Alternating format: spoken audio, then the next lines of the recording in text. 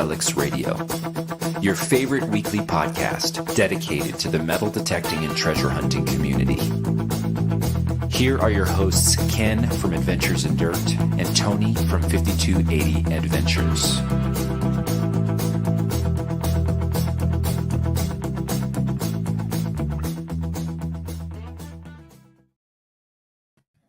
Hey everyone, DK here from Adventures in Dirt. Welcome to a Wednesday night here on Relics Radio. I want to say hi to everyone rolling in, but first thing I want to do is bring in my co-host.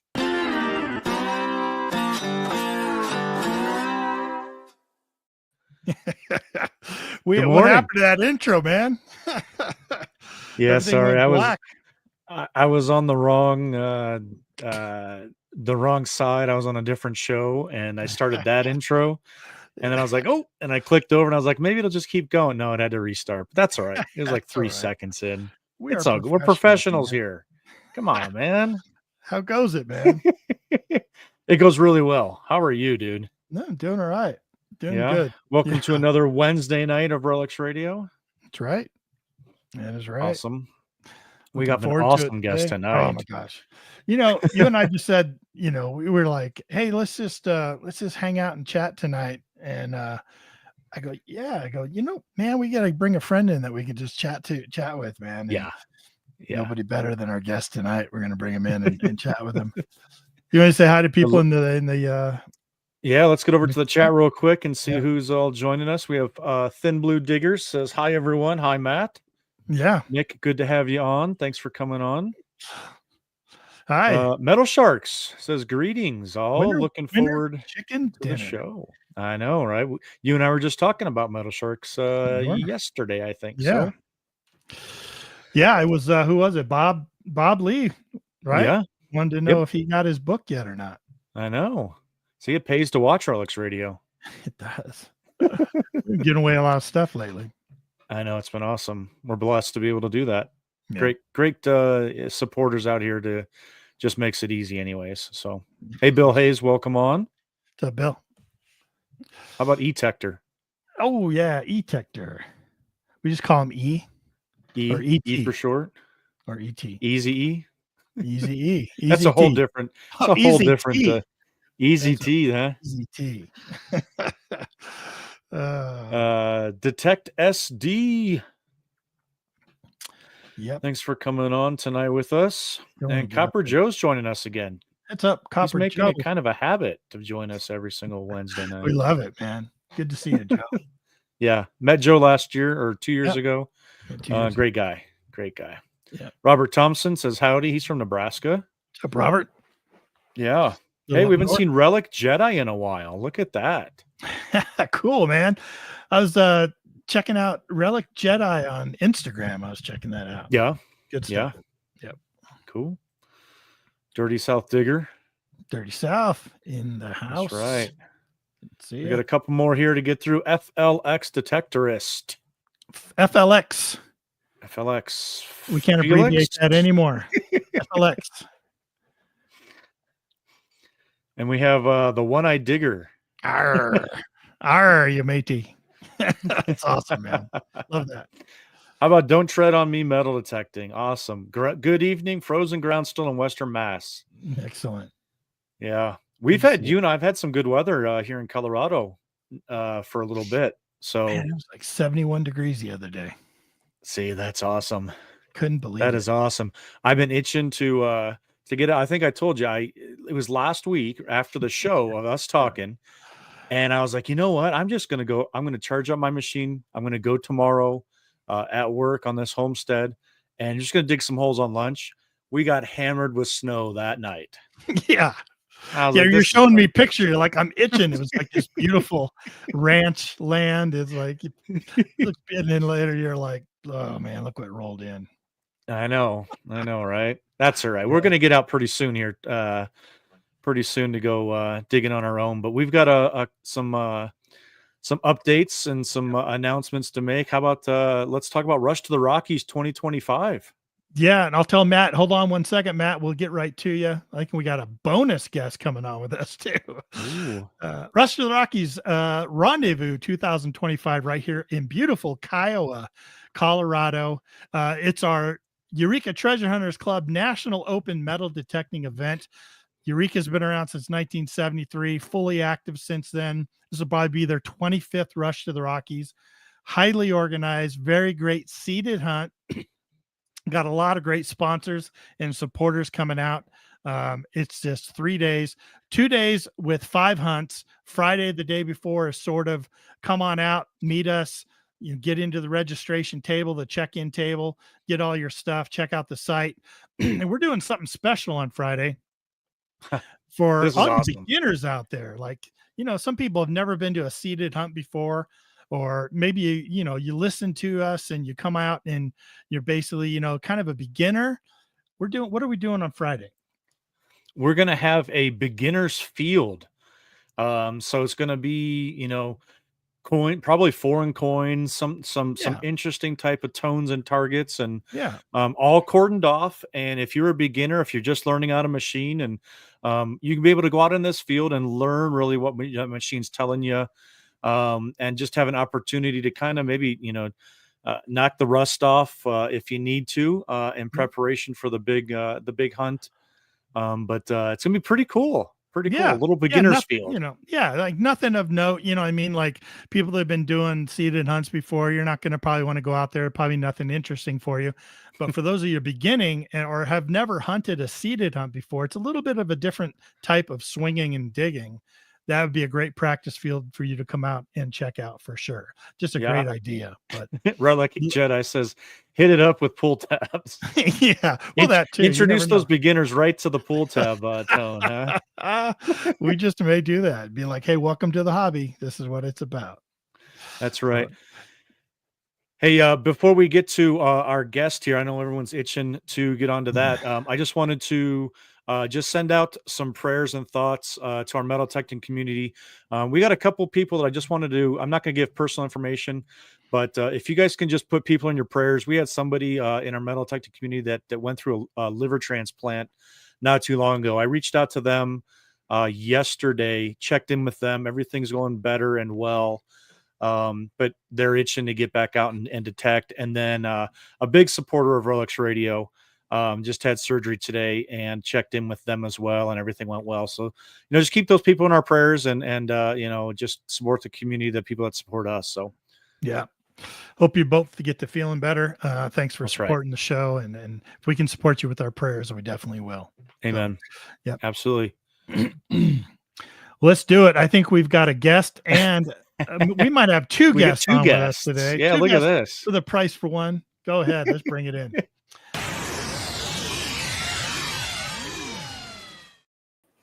Well, Relics Radio is proud to welcome Lieutenant Dan. How are you guys doing? Good. Hey, Matt. Who have you got here with you? Everybody knows Adeline. She's way more famous than I am. I agree. She is. Adeline. Hey, Adeline, how are you? I'm good. Yeah. Good. Waiting for us to bring you on the show. I lost a tooth. I know you just lost a tooth. Oh my goodness. Look at that. Look at that tooth over there. Now, did it fall out, or did you have to yank it out? It fell out. Oh, nice. Yeah, that's kind of weird, huh? Not too much missing pain. A whole tooth. It fell out at school. At school, nonetheless. Wow. And what did the tooth fairy bring you? A $1 and a $10. Whew. Inflation. Oh my goodness. Inflation's rough these days. So you would think the tooth fairy would learn about change. Right. You would think. So, gosh, we haven't seen you forever, Adeline. You know what you need to do now that you're missing the tooth is put the straw like from your Capri Sun through there, and you don't have to open your mouth to drink or anything. Right through the hole of your tooth. Right through the hole, yeah. It's a straw. Put a straw in there. And Adeline, I don't know if you remember, but my wife and I came and we actually met you in your home when we were visiting Washington. That. Do you? My wife. You were what? Yeah, You were a bit you're too a bit shy. too shy, but we've changed. I don't know now. about that, man. I'm I not don't know shy about at that. all. You were Good. great. Yeah, my wife talked all about you on the way out of there. Just what a lovely young lady you are, and how personable you were. Yeah, we had a good time, man. Yeah, it was a great Very time. nice to meet you. Yeah. Very nice. Well, will you tell everyone night because we got to go to bed? Night. Good Thanks night. for joining us tonight, Adeline. Take care Sleep of that. well. No You're welcome. tooth. You're welcome. All right. There you go to Good night time. There we go. Good night. Bye-bye. Bye. Kisses. See ya. Kisses. All right. Bye. Shut the door. Night. I love you. Maybe if I have a little time, I can see. Maybe. We'll see. Is it your night time, Matt? Oh, man. It feels like it. Man. How are you guys been doing? Also, I don't know how we're going to top the rest of the show. I think that's been completely stolen away from us. So. That's it. Thanks for joining us on Relics Radio, everyone. We're going to just I know. bow out at this point. Matt, it has been a minute, a hot minute, man, since we've talked. It's been a little bit. Yeah. We keep in touch. We talk. We chat. We chat. I wanted to show this real quick. What you guys have been doing on the Rush to the Rockies. I'm going to do my absolute best to get out there and hang out with you guys. Hopefully this summer. That would be so awesome. We got to take another picture like this. I mean, I know. Look at check this. that out. Like, look how young we were there, man. I know what happened. Tony, what happened to your beard? What happened to the mustache, Tony? It's all I went to the now. mustache. Oh, I know. Hey. I know it's all gray. Jeez. Trust me, I'm no younger. Man, 2018. Yeah, that was you were out here in Colorado, and we just all kind of met up. We had never met each other, and just met up for dinner, and then the rest is history from there, I guess, right? Yeah, absolutely great time. Yeah, I had a blast, and I've been meaning to get out there ever since and hang out with you guys, finding all that cool kind of post American Civil War, but even some pre-Civil War stuff, and that stuff you guys find out there in Colorado is super cool. A lot of Indian War. A lot of Indian stuff. Yeah. Kind of the Indian War, which is cool for most people that don't know that those uniforms were basically from veterans who fought in the Civil War and just wanted to go out west or whatever happened in their life, or they were just reused because they were still in storage. Right. So really Civil War era stuff. I know it changed detecting for Tony and I once we realized we could find cavalry camps out here, small cavalry camps and cavalry relics that even predate the Civil War sometimes. Like they had cavalry out here protecting trails and protecting sort of pioneers from as early as sort of the mid 1950s. And 1850s, 1850s, and even a little bit before. So when you find something like that you can try to date, like the back mark on the button to a supplier or something, a maker that was making buttons really early, then it's really cool, man. Like we never knew we could find anything like that. Like we didn't have any Civil War activity here. There was Battle of Glorieta Pass that happened. You had a lot of Confederates coming up out of Texas that were kind of active in our area with recruitment and trying to, raise money and this and that. But, you get a lot of legend stories. It's just cool, man. Yeah. And I think what's cool that most people don't realize of what you find in those smaller and that, especially that 1850s era camp, is that you find stuff that's typically pretty exceedingly rare for the American Civil War, really as kind of a single view on that era, right? That 1861 to 65 era, because there was so much quantity. Certainly the earlier American Civil War sites here in Virginia, you're going to find some of that cooler earlier stuff like the Shako hats or the different weird makers, because the guys who had been out west in the 1850s, again, they were militia units, especially if you were from Virginia and you had done the traveling around kind of stuff. You would still have that uniform. I mean, the 61 sites are where you find that really wild array of stuff. And I think that's what you guys see, because it wasn't 61, it was 1850 or 55 or, that kind of stuff. So I think that's super, super cool. It's just neat and different material. It is. Agreed. And I remember it was Scott from the History Seekers that we had him and Heath on.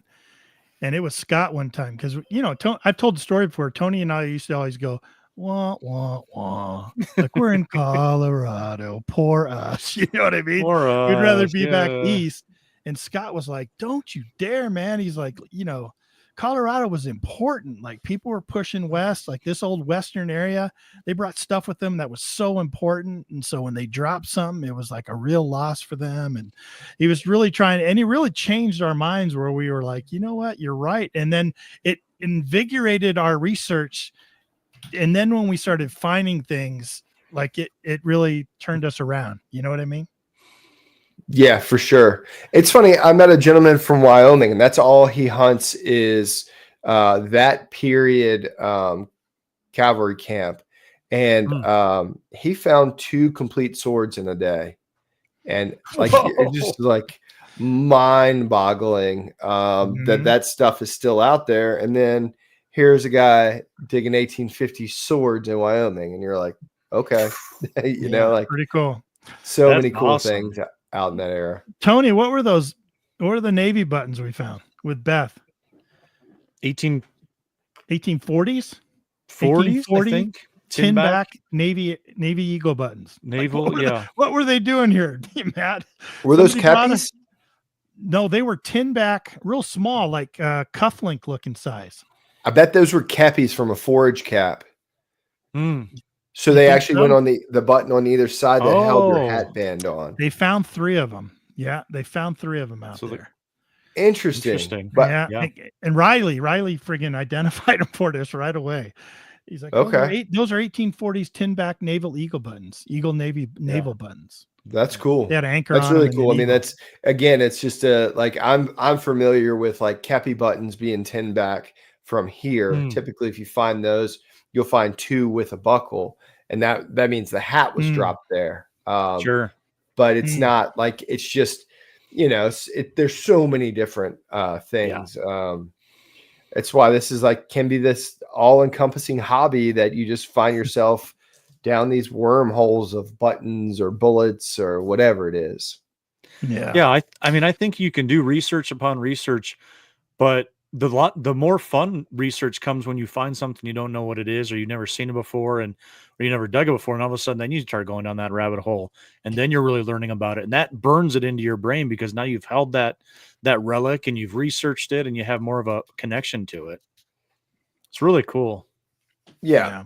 100%. I think there's that kind of research, but I also think what you guys have too is the research where you go out and you find those sites that you didn't know existed. And I think that is that too. Like, man, you're like picking up the little bread crumbs to get you there. And that's the stuff I'm like, yes, that's why I'm like the eureka moment of jumping up and down, like for you guys literally digging gold in Colorado, but or finding those really cool relics or hidden home sites. That's really, really cool stuff. Yeah, Ken and I did some research here late last year that we've gotten into an area now where we believe it's as probably as virgin as we're going to get on public land, but the same idea, old homesteads pushing west in the middle of nowhere, and it's those breadcrumbs leading up to it. So yeah, it's pretty exciting. Yeah, anytime you do that, right? You do the research and then you find the evidence. You put in the time. No matter what it is, whether it's gold in the rivers, and you're like, yeah, I think the gold was falling out as it came around this bend right there because the floodplain comes down, and then you go and you look, and all of a sudden you're like, oh, I got gold nuggets in my pan. It's just so fulfilling, Yeah, it's super cool. That's something high on my bucket list to do. Yeah. And in fact, I saw a fellow Coloradan. I think that's it, right? Coloradan. Yeah. Shane Klesch was in Virginia prospecting for gold this week. Oh, is that right? Yeah. So, Shane's a buddy of ours. No, I would have loved to meet him. I was probably actually in he was probably in my backyard pretty much. Which I would have, glad to take him treasure hunting for relics or something like that. He seems like a really cool, genuine guy. Yeah. He started selling pay dirt, where he'll take dirt. That's really cool. Sprinkle gold in there and kind of, we might have some at that. Rush to the Rockies, as a matter of fact. Oh, man. Working on that. Yeah. Some of his Klesh crumbs or whatever he calls it. That's pretty funny. Yeah, we haven't talked about it much and we got another show coming up on it when we can talk more about it. But are you familiar with the Heart group that I'm leading, Matt, the historical artifact recovery team? Have we ever talked about that? A little bit, yeah. Yeah, our treasure hunting club has two special groups within it, PERT and Heart. PERT is physical evidence recovery team, and they're a group of people that volunteer for that to go out and find physical evidence for law enforcement agencies. And Heart is historical artifact recovery team, which I'm the leader of now, that we go out to, museums bring us out, historical societies and all that stuff. We recently had the opportunity to go out to a site called Fort Chambers, which was right around 1864. Governor Evans of Colorado was very paranoid that Native Americans were going to just attack everything in sight. So he mustered this group together of the Colorado 3rd, Company D, in Boulder, Colorado. And he took them from local militia all around, and had them build this fort, this sod fort called Fort Chambers. Really small fort. It was they only were there for a year. Had them muster there, had them train there. They drilled there, but they were so poorly equipped. Like a lot of them brought their Kentucky rifles and whatever they had with them. They gave them Garibaldi rifles, which were like the scourge, the cheapest scourge of a rifle that you could give anybody. Were they actually issued Garibaldi rounds as well? I don't know about that. Have you guys ever seen a Garibaldi? No, I saw a picture of the rifle, but not of the round. We found some rounds, and we're trying to identify them, as a matter of fact. Now, I can't say a lot about it because we worked with, local jurisdictional entity, archaeological entity. And, what we were trying to do is the site is very unknown. There's a general area.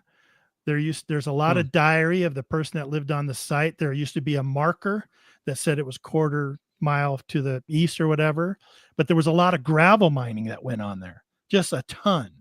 And everyone thinks they destroyed the site. And is that a Garibaldi round? Yeah, that's it. That's the 69, but that's the flat. And this is also talking about a 69 with more of the conical. Yeah, so they're typically not flat like that. That's a altered round. Okay. Which is pretty interesting. They're typically, I believe they were made at this school. So this is the school. I'll put it up here for you guys. I should have held it. This is the North Carolina Institute for the Blind, Dumb, and Deaf. Yes. Wow. So, of course, the postcard's a little more politically correct, and it just says North Carolina State School for the Blind. But it's it's kind of stuck up here because I think it's a cool thing. Sorry. But yeah, they typically made most of those. Well, they're called Carcanos in the Civil War period, but Garibaldis are also the other name. And they were made there a lot. I don't know if all the molds were just shipped there. It's very interesting that those guys in Colorado would actually have those rifled muskets, though. Yeah, they like I said, they had them bring whatever rifle they had, and they did have some Garibaldis that they issued them. I guess they were like in really poor condition. They didn't even ship them uniforms until right before they started marching. So they did a lot of drilling. And the interesting thing about this group, this Company D, is they end up sending them up to Sterling Springs, where they used to call them the bloodless third. because they just weren't in any action or anything. And they went up to Sterling Springs, and they had How such insulting. a devastating battle up there. What a way to absolutely just like ruin your military career. Yeah. But their first battle up in Sterling Springs, they became the Bloody Third. And unfortunately, from there, a lot of them from Company D joined in with Shivington to go take part in the Sand Creek Massacre that happened here in Colorado, which was a very terrible event that happened here. And so bloodless to bloody hands. Yeah, to one of the worst massacres in U.S. history.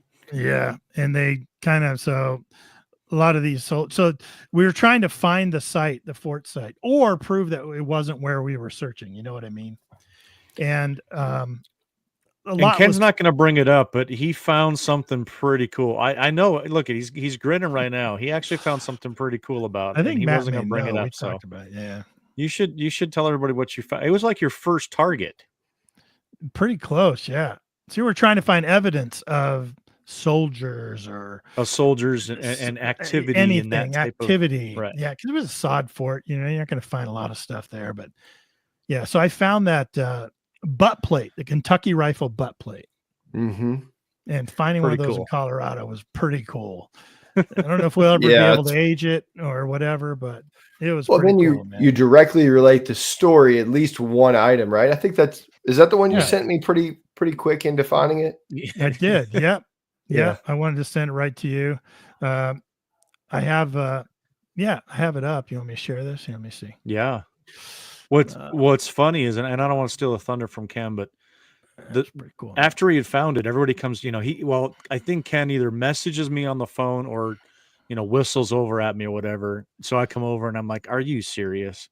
Yeah. But the archaeologist that was with us comes over and he just goes, you've got to be kidding me. He says, now I have all of this work to do because you actually found something that would relate to maybe some soldiers that were here. So, or just a local farmer that had his Kentucky rifle. You know what I mean? I mean, well, honestly, man, what did he expect? Did he think you guys were amateurs? Well, and that's what we told him. They were actually surprised. We've worked in the last couple of years. We've worked with a couple archaeologists, and there was the one time they actually told us to stop at 11:30 in the morning because we had so many holes and finds for them. And it was actually it was Ken, myself, and one other person, right? Yeah. Mike. And they said they had already hit it. They'd already hit it. You guys aren't going to find anything. And they're like, can you guys please stop? Like, we don't have enough flags. Too much to document. We don't have too much to document. So this is the other item I found there. I think I put this it on thing is ID awesome. Me. I have no idea what this is, man.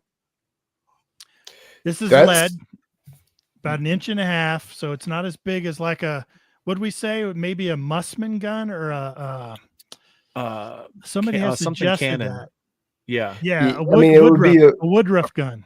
Woodruff, right? Which people would equate to like a swivel gun on a ship. Exactly. It would have been like a little bitty short kind of cannon thing that you would have loaded one in and fired it off. But kind of same thing. What did they say about them? They were too big to be called a musket, but too small to be called a cannon. Yeah. Right. Yeah. In the picture I saw of one, I've got the picture. Had a sabot attached to it. So it had this lead ball, it had this sabot strap above it, and then a wood strap. You've got it, Tony? Yeah. Yep. Go ahead and back off of there. I'll throw it up. Stop sharing. There we go. Yeah. There you go. So I mean, that's a saboted round from a Woodruff gun. Isn't that trippy? Yeah, but that doesn't make any like logical sense. I mean, I guess I understand it, but why would you sabot a spherical shot that was not fused? To keep it accuracy, maybe, or it wouldn't really matter because you would just want to roll it down the barrel like most, or maybe that was just they say that's from the Civil War. I don't know. Yeah. I don't know enough about artillery. I know enough to be dangerous, so to speak. But yeah, they like a round shot like that, like especially if it's solid, there's no real intention for keeping it from rolling, from in directional, right? For the Right. a shell. Well, so a shot is solid. A shell has a cavity in it that would explode. So a shell would have had a fuse or fuse adapter, and you would have put the fuse into it and slid it down the muzzle of the cannon, and then that would have all been in straight line. So the whole idea with the cannon is that once the powder charge would light the fuse, and that would be where you didn't actually have to. It didn't matter if it had to be in straight. So if it was solid, it didn't matter if it rolled down or not, because it was just going to fly out anyway. But interesting. It's just interesting. I'm not familiar with like sabbated rounds like that. That's pretty cool. The archaeologist with his research thinks it's just a little too small in diameter to be a Woodruff gun. It's most of those were almost 2 inches, and that comes in at 1.5 inches. The weight is a little less than what he saw. But what else could that be, man? Like, that's a big. He also said somebody else told me that if you didn't have a lot of money, I mean, if they just weren't well equipped, they have made a canister out of it? Would they have put lead in a canister shot of some type with an 1.5 inch ball, multiple 1.5 inch balls? Yeah, I mean, I guess you could. Yeah, it would be the same thing as the theory of a bucking ball, right? In the Civil War or pre-Civil War, you had a ball, which was like 69 caliber round ball, and 3 bucks, which we would know as buckshot, and they would sit on top. So you had basically 4 projectiles that came out. So I guess in theory you could. Mm-hmm. However, the way that the cannon gets its power is the fact that the igniting of the powder is in a compressed area. So you would have to have a sealed area behind it to actually get that compression. So the force of the explosion would propel the projectile. So would it or would it not work? I don't know.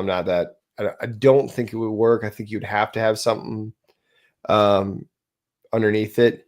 You know, that other part of that is it could have just been a casting mold, like to have a lead ingot to make your own bullets in the field.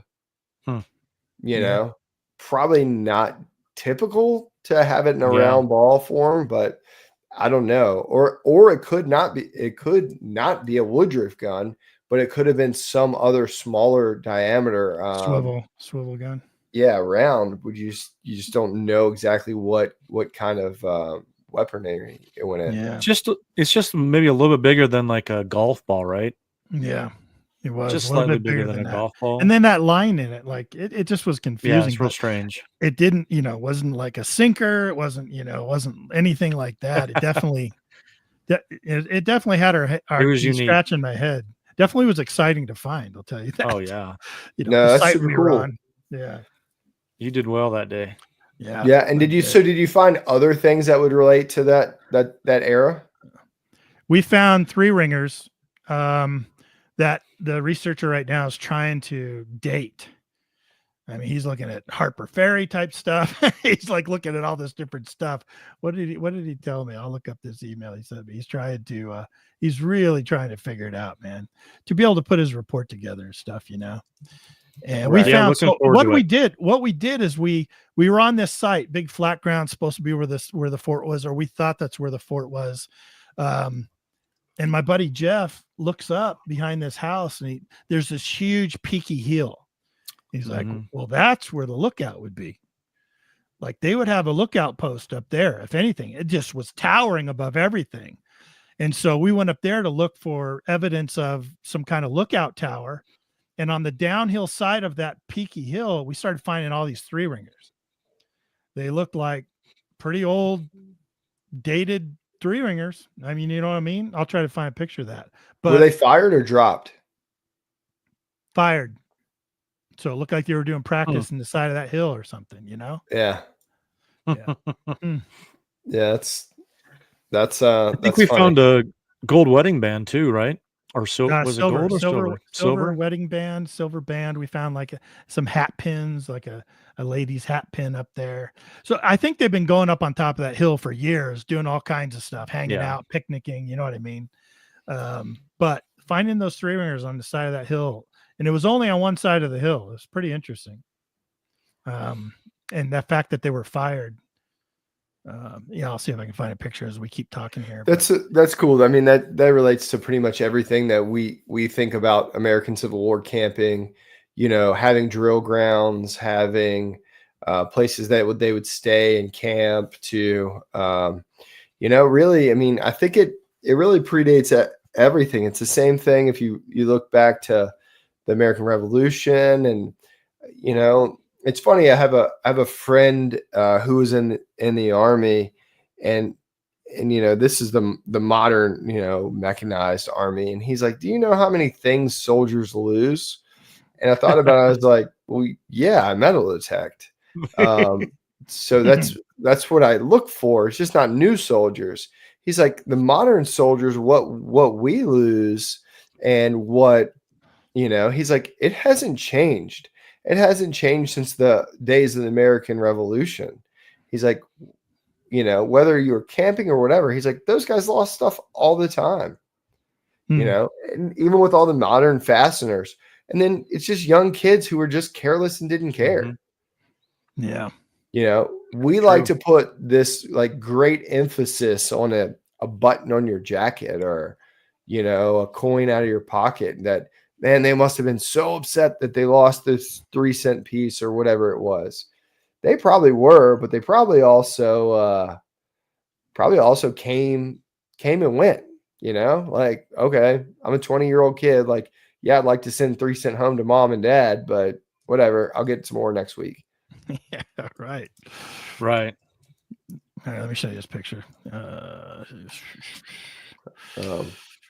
me see here. Yeah, we'll share that one. There we go. So here's one of them. Let me see what else we got here. That one. That one. That looks like a dropped one. What is?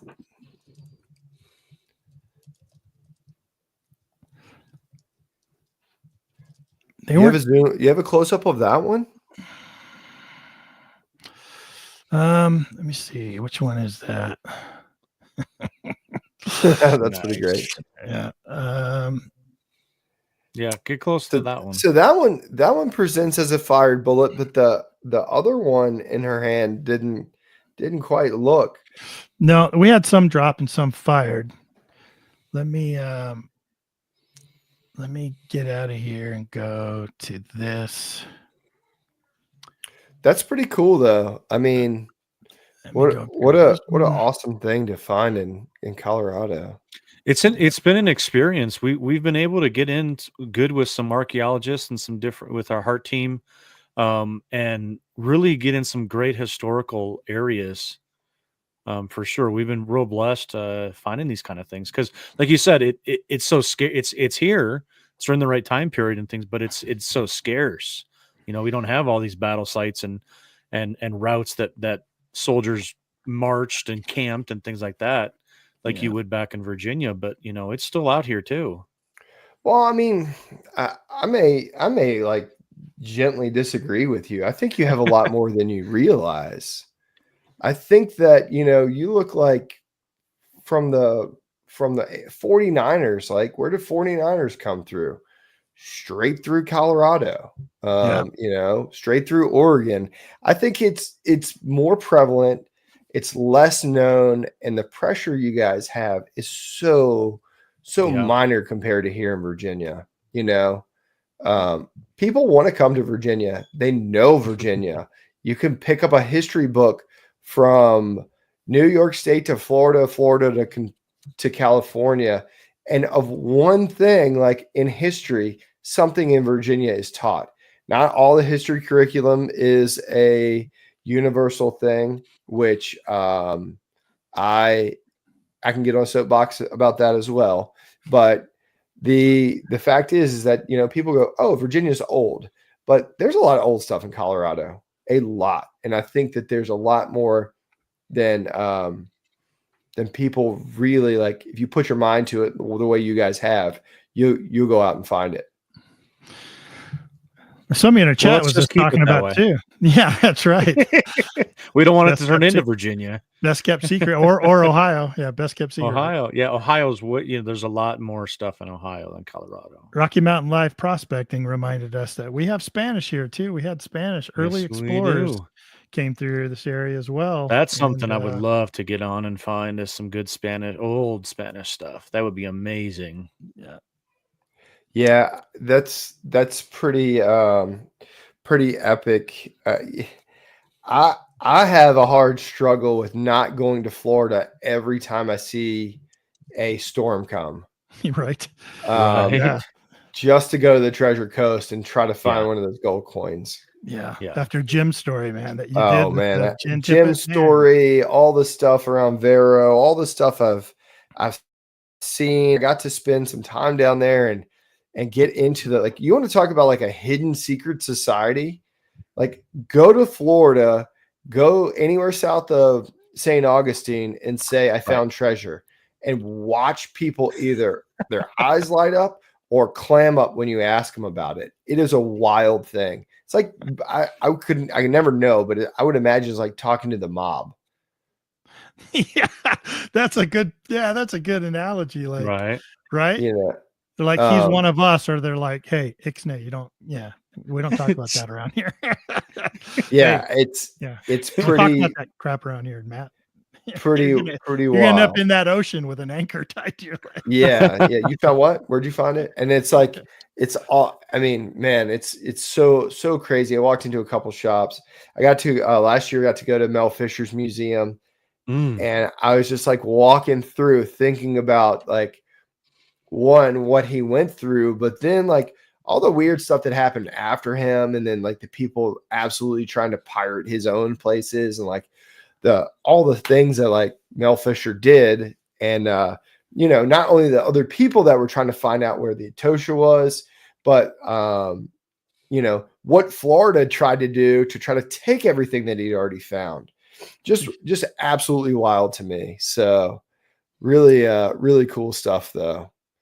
That had to be incredible to be able to see that stuff. My gosh. Oh man, I took a million pictures, and oh yeah, they had Mel Fisher days, which are crazy cool. Mel Fisher days. Yeah, like they like have a pirate kind of thing. That plate is amazing in person. You wouldn't believe that somebody could actually make that out of gold. That's Mel Fisher days with all the people, but like they have parties and stuff. It's really neat. Wow. Cool. So that plate there, geez. Yeah, look at that. They can actually hammer that out. But when you like listen to Jim's story, right? Like, so it's cool, like to sit back and go, oh wow, cool story. But could you put yourself in his shoes and what he was dealing with, knowing what he had, and trying to keep it secret and hoping that you can get back there before other people discover it, or because he went back multiple days, right? Yeah. For folks who are listening, a couple years ago, I got an opportunity to go to Florida and meet a gentleman named Jim Tippett. Jim is probably one of the nicest, kindest gentlemen. He is originally from Florida, but he lived in Tennessee most of his life. So he has this weird Southern out of place accent, like many people in Florida, they're either southbounders or whatever you want to call them. But Jim walked along the beach in Florida after a significant storm and found anywhere, depends on who you ask, between $500,000 and $1 million in Spanish gold coins from the 1715 wreck. I got to be honest, after talking to Jim, I don't think it ever really sank in until the end. But I don't know. I couldn't imagine living in, like, I've seen the videos. I've been lucky enough to document his story, which is, for me, like the best video I've ever, one, my favorite video I've ever made, and two, the best video, production quality, story, everything. Like, try to hit one out of the park again, just find another Jim Tippett in the world, and they don't exist. Yeah. But I don't know. I just don't know if I could ever live in there. And some of the comments are like on that video are like, how did he ever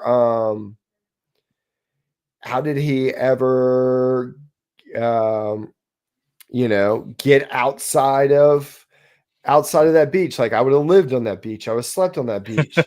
I'm the same way. I say that now and looking at the story, but man, I don't know what I would have done. Yeah, I don't know either. Like okay, for those of you that are listening, and have never seen this video that Matt produced, it's called $1 Million Laying on the Beach, a real treasure story. The thumbnail says "feet in the sand," right? Feet in the sand. And I'm going to send you the link. The Jim Tippett story. Right there, I just posted a link for it. And I encourage you guys to go check out that video if you want to see something truly out of this world incredible. Not only the story, but Matt, I agree. It's one of your best videos you ever put out, filmed really well.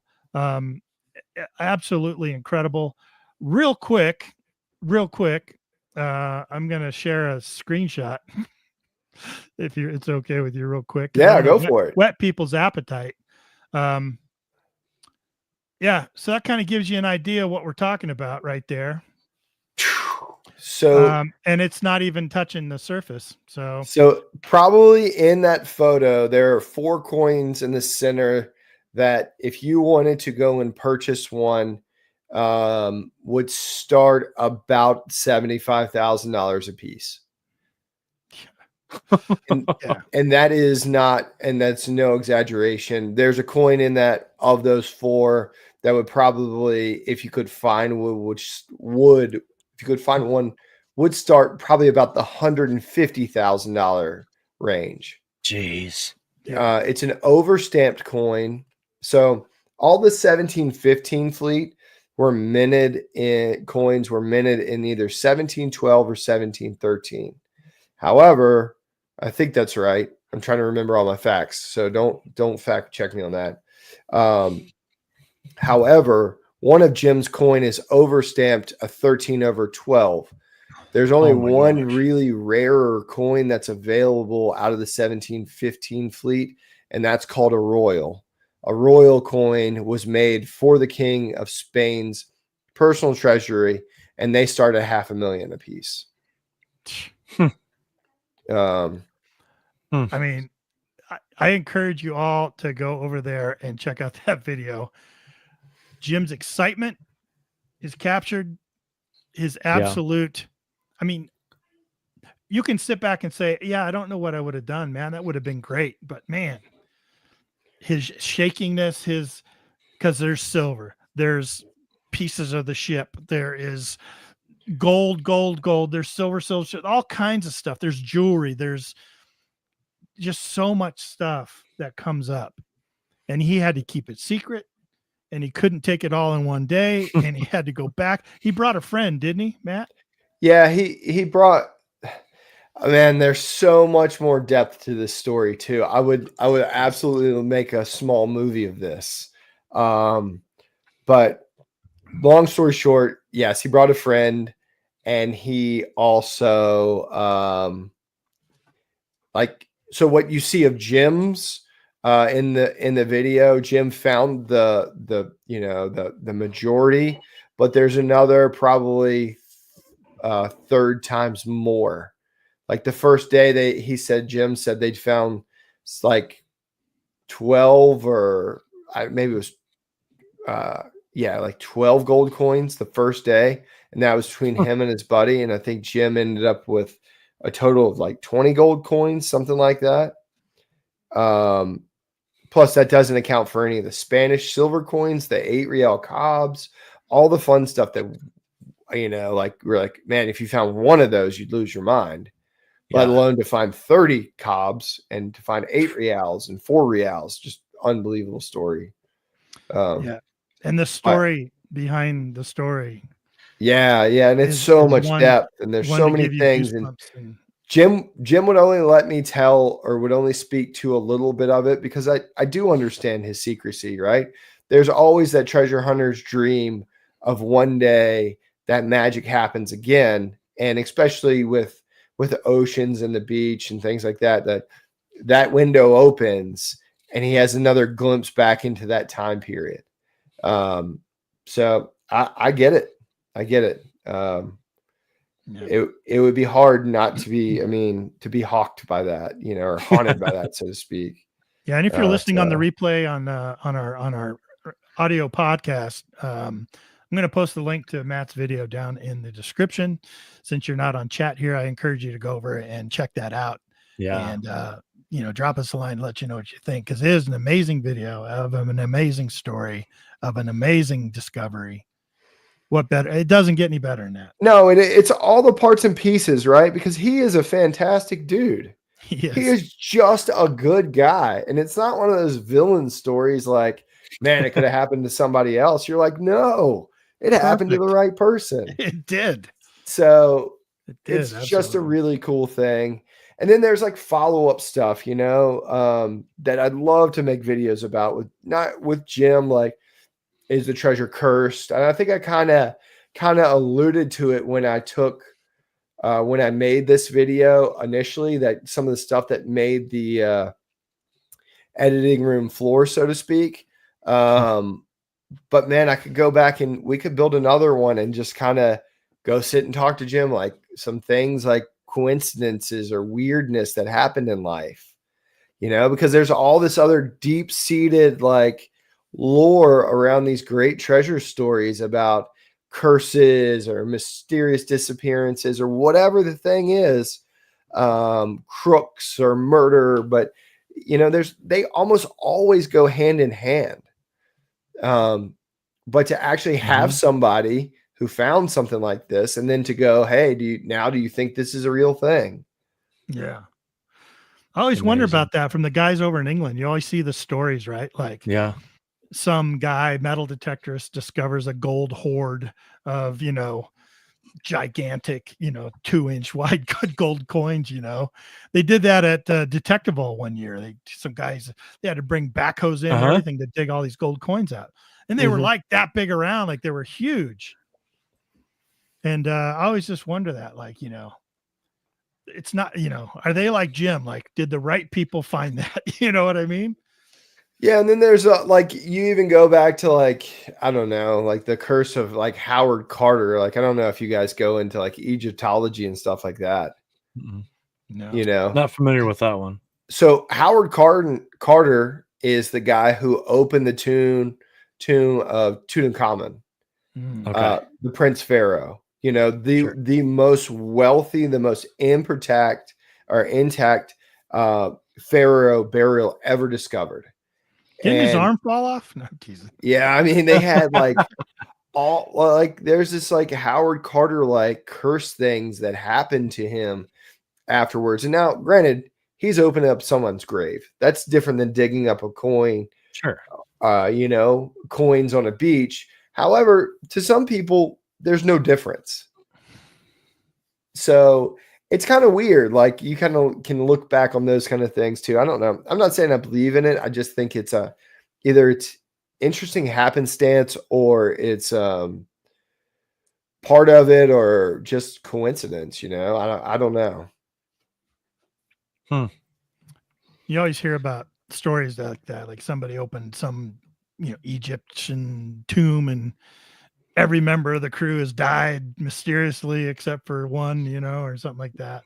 Right. And that was actually like the case of Howard Carter's crew. Like, someone was bitten by a cobra. I don't know what it actually was, but it's like stuff like that. You're like, Carter died of like some food poisoning or killed himself, or I don't know what the weird stuff that happened to him. But it's like a whole like lore around him. Like, that's another weird treasure thing that I think is interesting.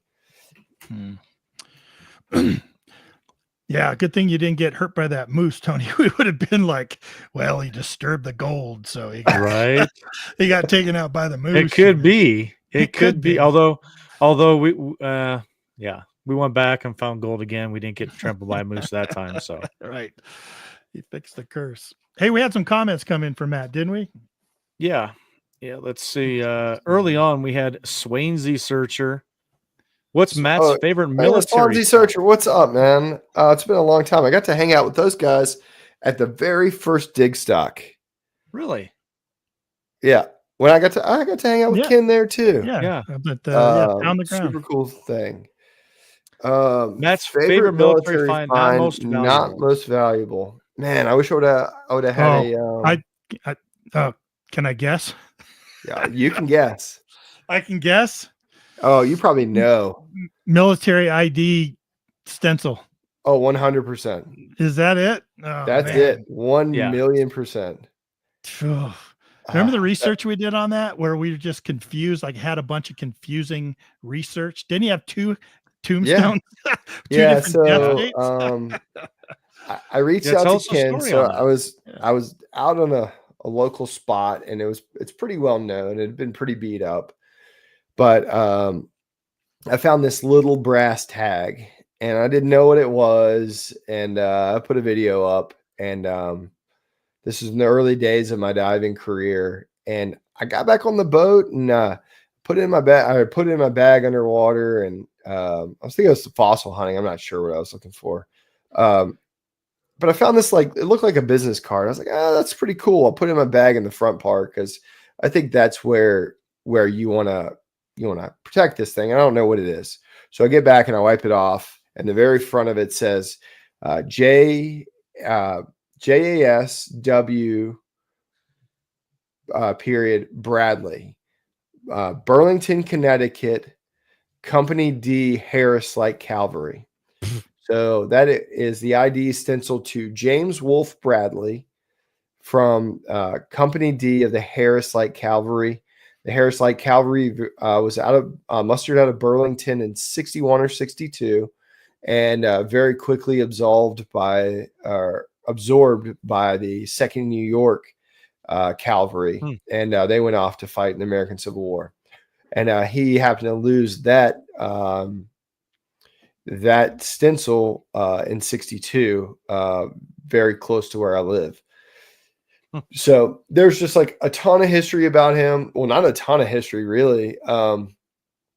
We know he goes to the war. We know he gets out. He goes into the war with a wife and 2 daughters. He comes out of war. We don't know where his wife is.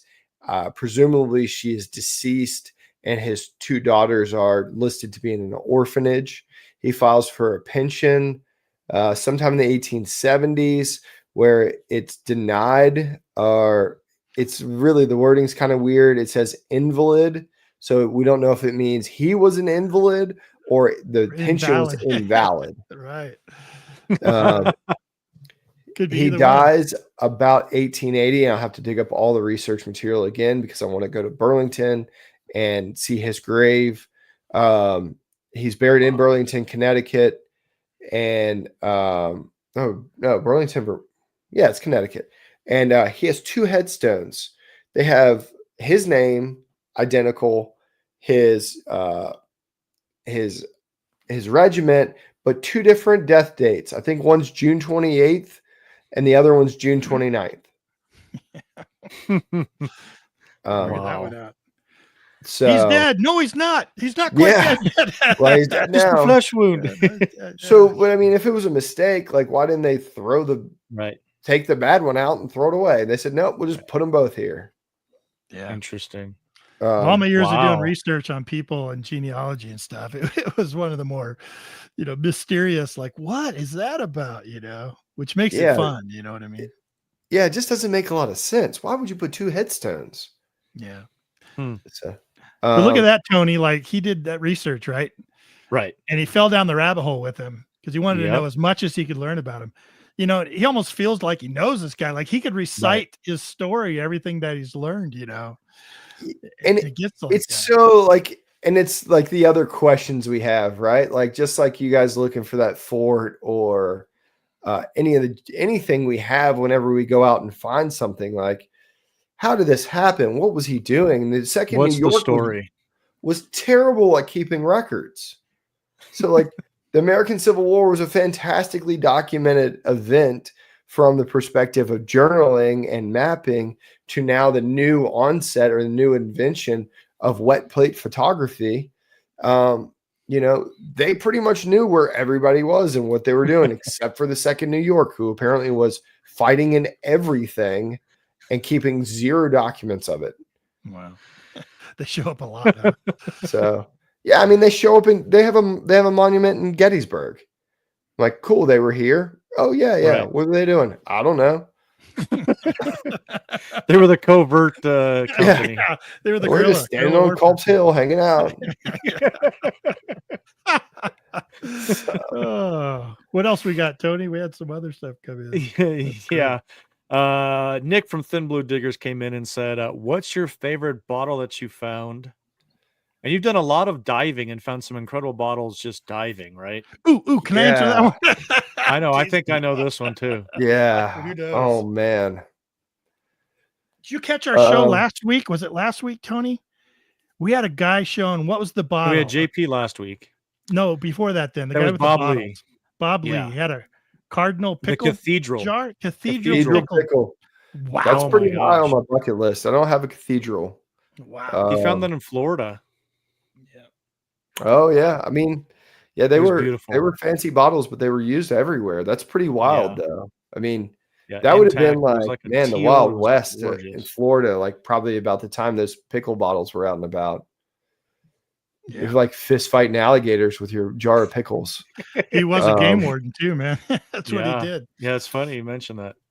Yeah. What's your favorite bottle? If you have one. Favorite bottle, man, that's a tough one. How about I have a favorite bottle that I didn't find. I took my buddy Jim diving and he found a USA Hospital bottle, like right in the place I told him to go. Bastard. So that one hurt a little bit because that's my like Great. bucket list. I wish I could find yeah. one. Good job. Yeah, congratulations. Nah, but I was super happy for him. He told me, he said, Matt, I've never found a Civil War bottle. I was like, no way, man. I was like, you should go right here. I was like, I guarantee you'll find one. And he comes up and his first bottle is a USA Hospital. Oh my God. And I was like, I'm absolutely losing my mind on the bank. I think I have a short of it or a reel somewhere. How about this? This is something I found yesterday. And I have absolutely dreamed of finding one, even though it's not rare. However, it is old. I did find one of these. Oh, Inkwell bottle. It is an Inkwell. Oh my goodness. I don't know what style that is. Yeah, it is an iron. See the little circle there? Mm-hmm. Oh, yeah. That's a graphite or iron panel. So it's from the 1850s to maybe early 1860s where they switched over into the smooth base bottles, but it's not open panel, which would have been probably about 1855 to earlier. So it's a really cool little bottle. Beautiful. And I dug it out of a what I believe to be a cooking pit from the Civil War. No kidding. Wow. Yeah, I dug that yesterday. I dig with a pulse induction a lot. This is the one I found this spring, and it's busted. And I told myself I was going to find one that was whole, and I can't believe I actually did it. That's your first Inkwell bottle? Yeah, I've never found an Inkwell. No kidding. For all my digging in Virginia and digging Civil War camps, what a piece of importance. Oh, so important. For a soldier to have just a little jar of ink to write home. And they're so super cool. And I've just never found one. So I was just absolutely thrilled. Unfortunately, congratulations, man. My buddies I was with had to go home, and I had to dig it by myself. Which is that weird part about metal detecting with your friends, right? Like I got the experience of Jim finding an amazing bottle, different Jim, and like me being there with him, even though something I really wanted to find. But the joy from him finding it definitely overwhelmed me. I was so excited about that. But I love sharing the experience as much as I love sharing the finds. And that one to that. And it's this is super cool. I've been really looking to find one for a long time, and but I was a little bummed they weren't there to share the experience with me. Right. Yeah. But the camp's not going anywhere.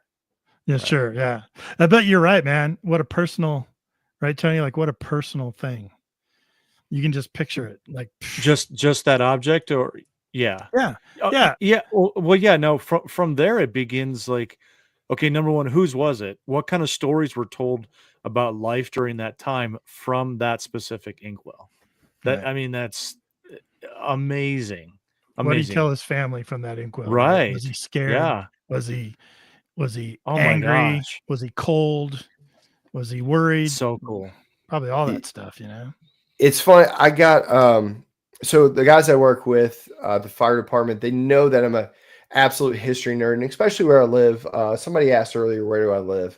I live just outside of Richmond, Virginia, in Central Virginia, Civil War mecca of anywhere you could ever want to dig. It's thick. It's thick with history. It is thick. I live actually properly on the Topotomy Creek battlefield, which is the precursor to Cold Harbor, and it was Lee's attempt to route Grant around the right way he wanted to, which he created a huge artillery show and routed Lee right into Cold Harbor. So just the month of June 1864, there were about 80,000 more Civil War soldiers than there are actual residents who live where I live. Mm-hmm. So there were a lot of people here. So it is really, really cool. And,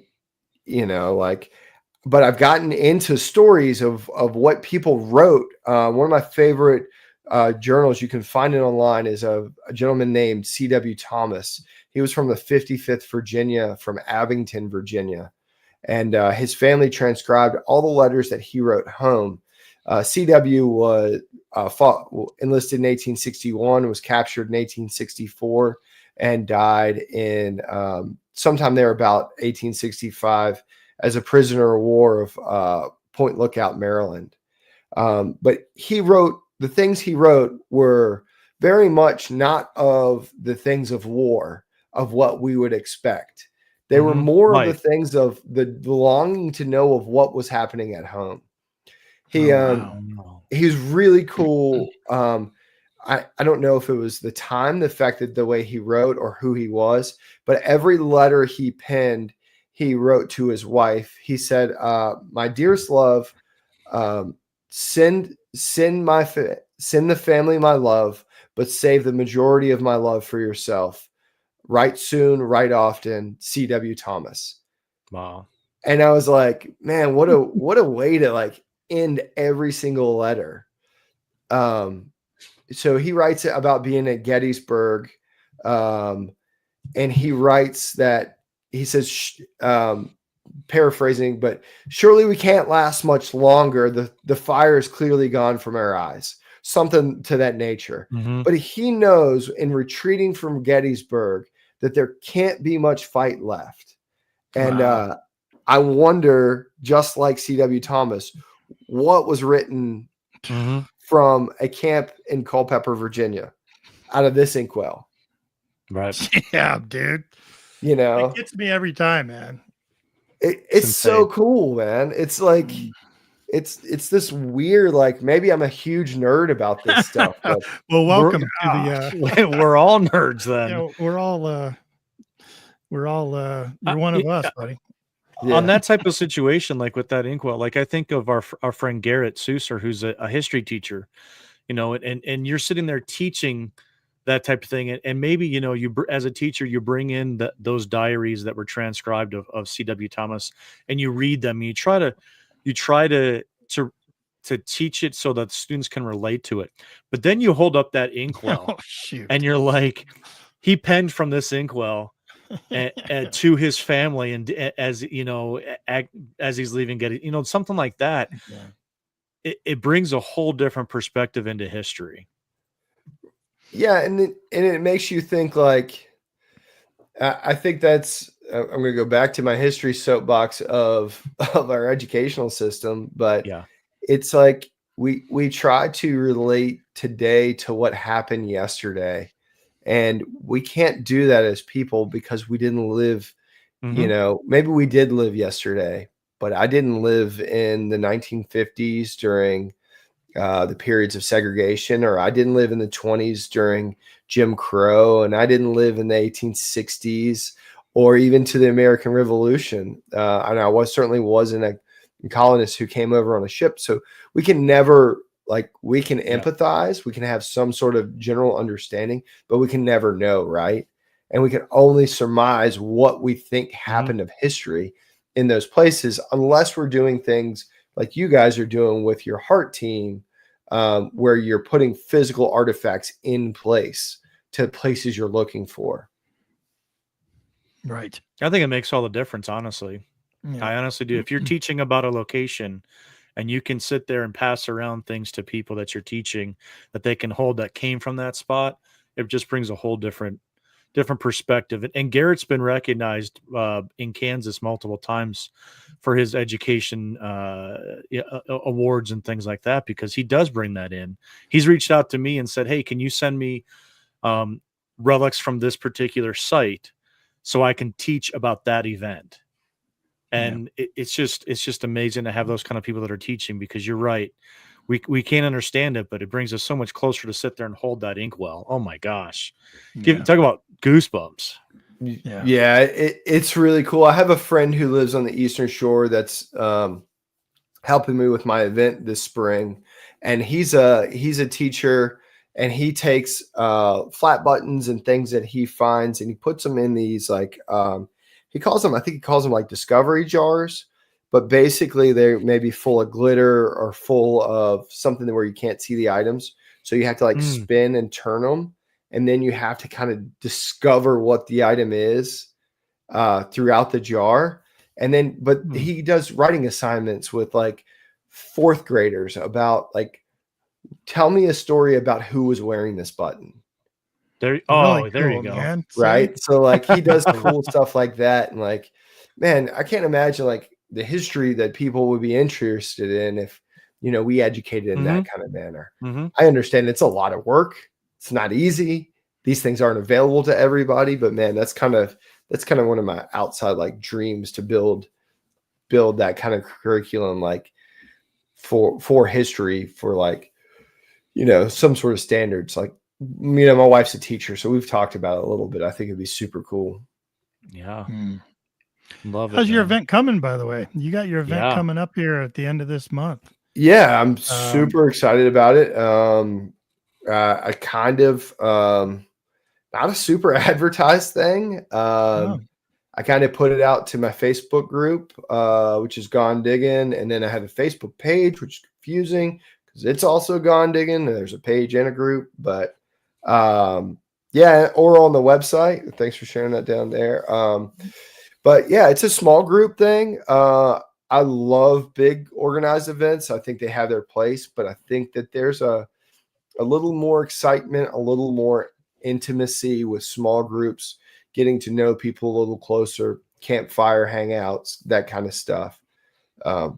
Plus kind of some individual education stuff where we can sit down and you can teach me about how you metal detect wherever you are. And we'll work on metal detecting where we are for the weekend.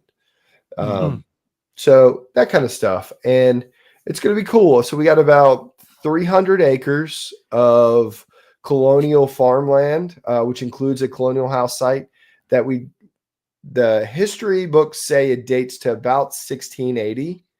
The scouting, because we do scout the places, says that it should date at least to the early 1700s. We just have to find some things like your bullets to date to the 1600s. The other thing, so we have the one site that's a house site.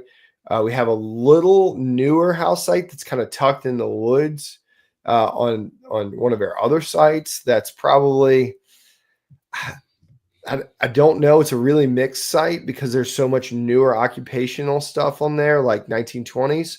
But we found colonial period items in the scout that says there should be more stuff in that field.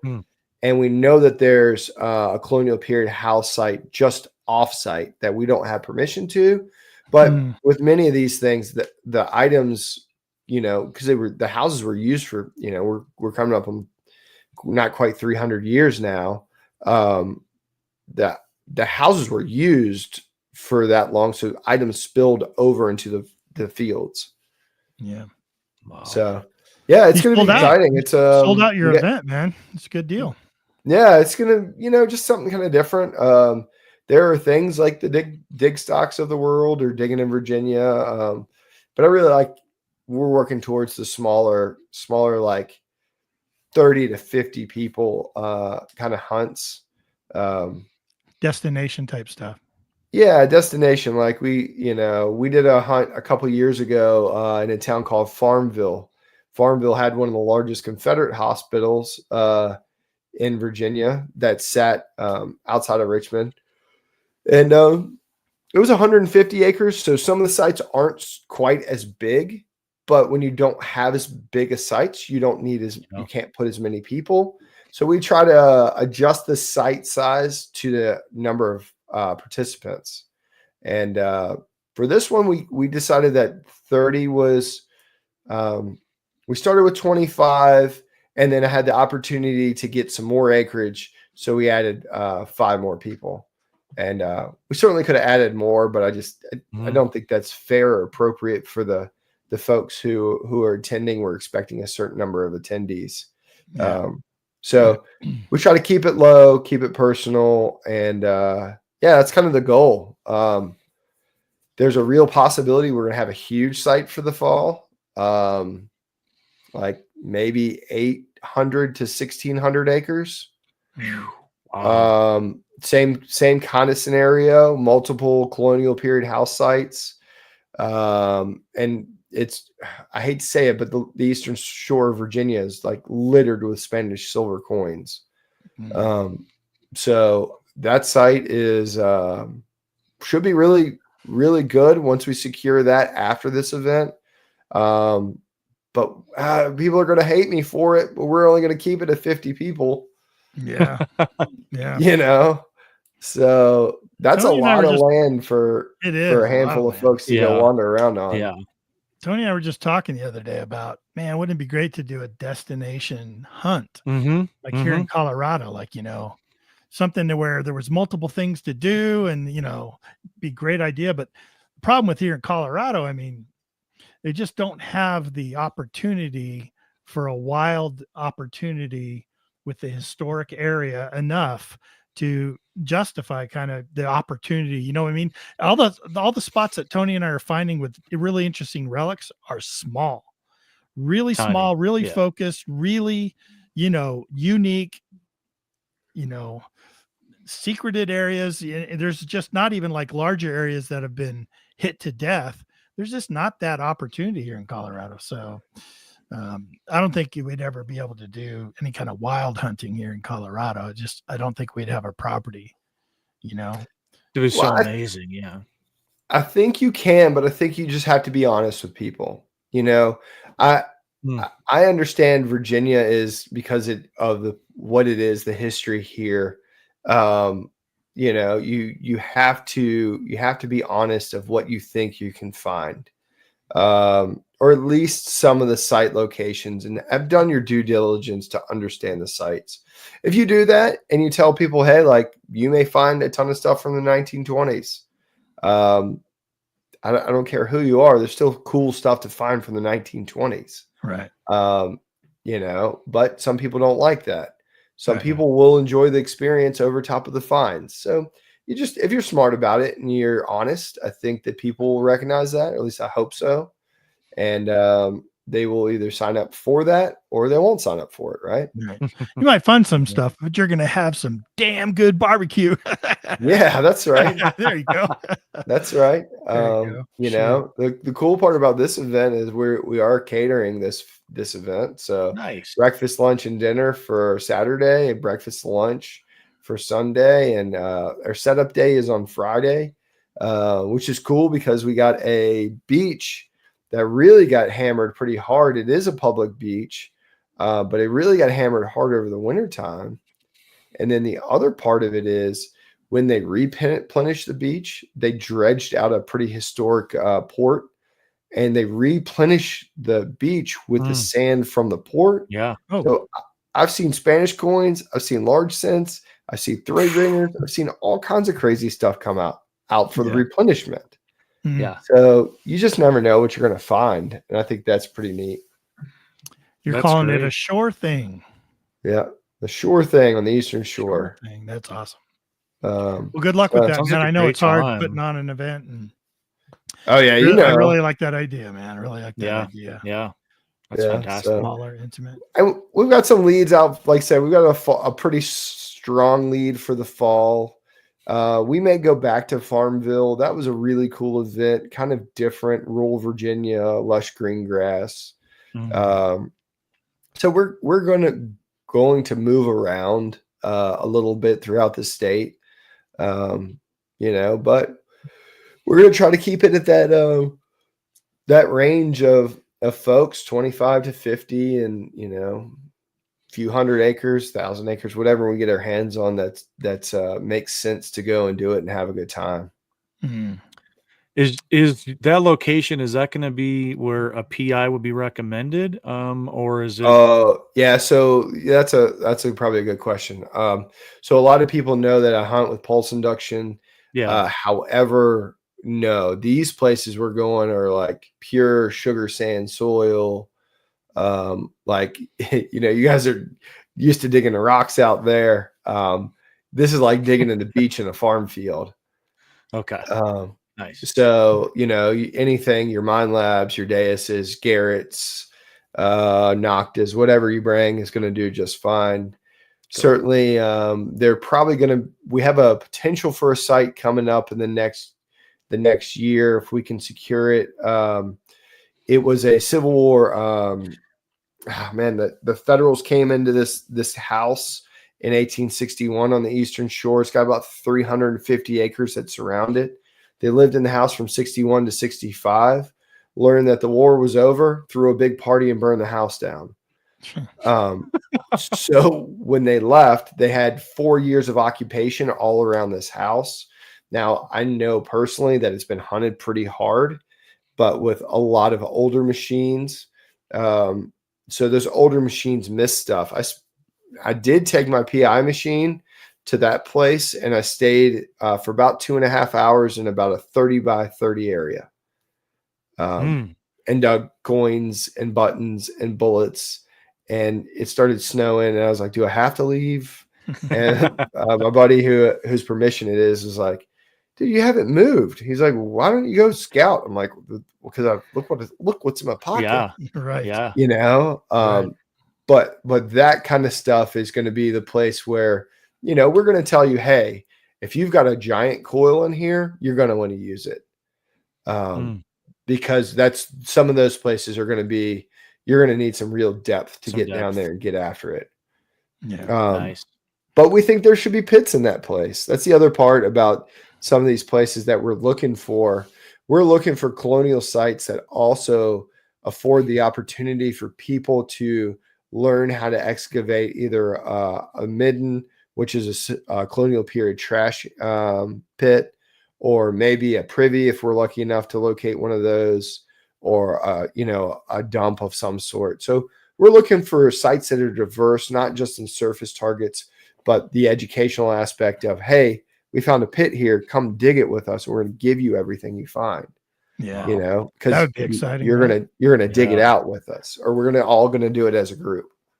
If you've never experienced digging a pit out with a bunch of buddies, man, it's actually pretty cool experience, man. Like I didn't get in and dig. It was always pretty much done when I got there. But when I went with you to digging in Virginia that time, when we'd come up on a big pit being dug out and there was 7 or 8 people standing around or in the pit and they kept switching each other out.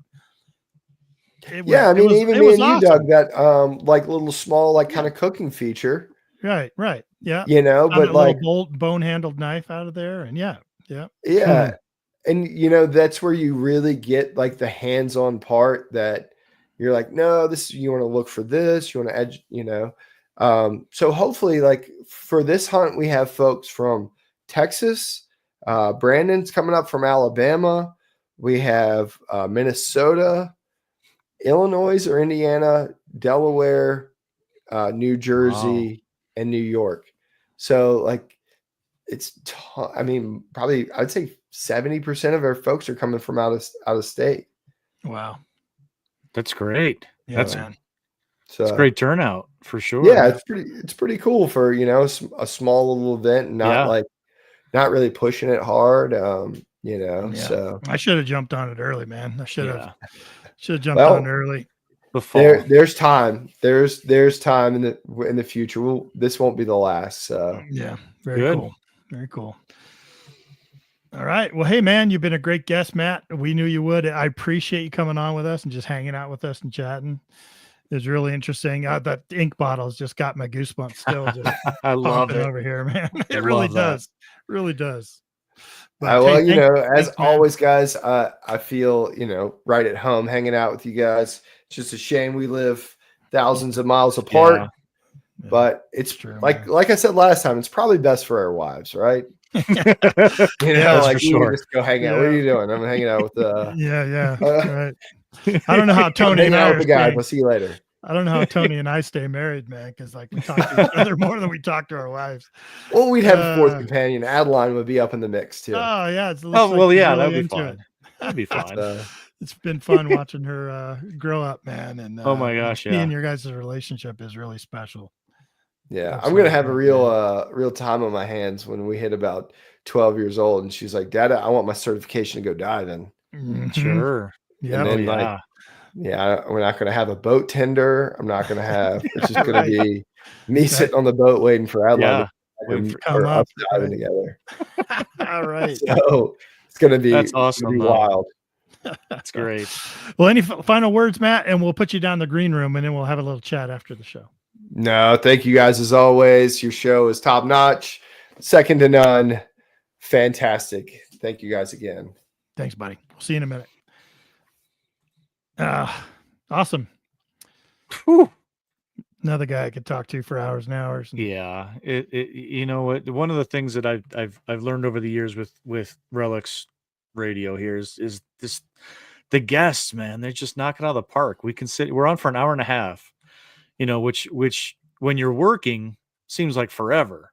It does. But when you're talking to people about inkwells and CW Thomas, and I mean, you know, diving for onion bottles. I mean, it's just, you know, hour and a half's done. It's like, you got to be kidding me, man. So almost every single guest we had on here, we get down to talk to them in the green room, and they almost every one of them goes, "That was an hour and a half. Are you kidding me? That's it." I know. We got to come back on because I had so much more to talk about, right? Yeah, right. So great, man. Great awesome guest. Loved it. And you know what? I think we put off England this year. Yeah, we did. But I think we're gonna need to get to Virginia in the fall. I think we're gonna have to make that one happen. There's lots of events. You and I have talked a lot about this. There's events popping up all over the place. Yeah. Nonstop everywhere. And some of the manufacturers are having difficulties, you know, keeping up with as many events. But you and I think we obviously want to do more traveling. 2025 is going to be a little bit light, but I think Virginia should be on the list. That's just my 2 cents. Yeah, let's continue to talk about it. I know that they were trying to get us out to England in the fall. Yeah. And just couldn't make that happen this year. But we could probably make Virginia work. That's for sure. I think Virginia is a little bit easier. Yeah. So let's make that happen. Let's talk to our wives about that. No, not we just make the decision. We'll tell our wives about it. Yeah, well, they're not listening, so yeah, we can say that right now. That's funny. Yeah, great. All right, man. What do you got going on? 5280 Adventures on YouTube, Facebook, Instagram, Rumble, anywhere you can search for 5280 Adventures will find me. A couple more weekends here of getting this house done, and we're going to jump back on the horse for Are You Smarter Than a Relic Hunter, our weekly show of trivia on Sunday nights. Good time, and a lot of fun with people. So stay tuned and reach out to me on social media. I love talking with everybody. I get messages all the time and love to see people pop up here on Relics Radio too. So, and also check out Rush to the Rockies Rendezvous 2025. There you go. All right, man. Thanks, man. Yeah, you can find me anywhere at Adventures in Dirt. That's right, Adventures in Dirt. Anywhere on social media, just like Tony was saying, who would have thought I'd be this old and have social media stuff going on? But Adventures in Dirt, you can check me out over there.